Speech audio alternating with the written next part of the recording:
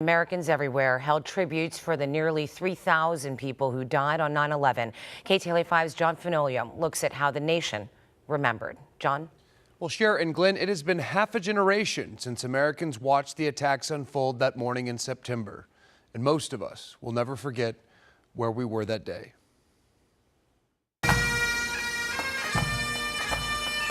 An annual tradition of heartache and remembrance, marked by moments of shared silence across the nation as the bells tolled.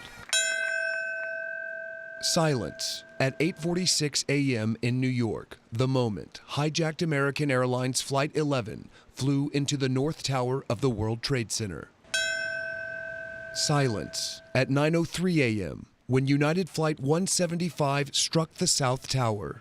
Thousands standing in the last place on the last day their loved ones stood. My father, Jeffrey G. Latouche.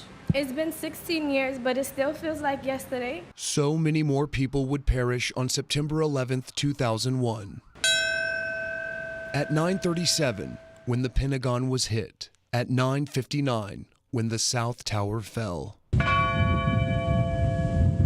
At 10:03, when another hijacked plane, believed to have been headed for the U.S. Capitol, went down in Shanksville, Pennsylvania. I will always believe that I and many others in our nation's capital were able to go home that day, to hug our families,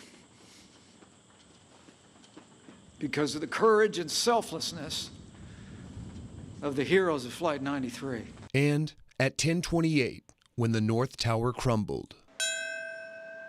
Nearly 3,000 people killed that September morning in the worst terrorist attack on American soil. Catapulting the U.S. into an escalated war on global terror. We mourn them, we honor them. A day 16 years ago that changed America forever.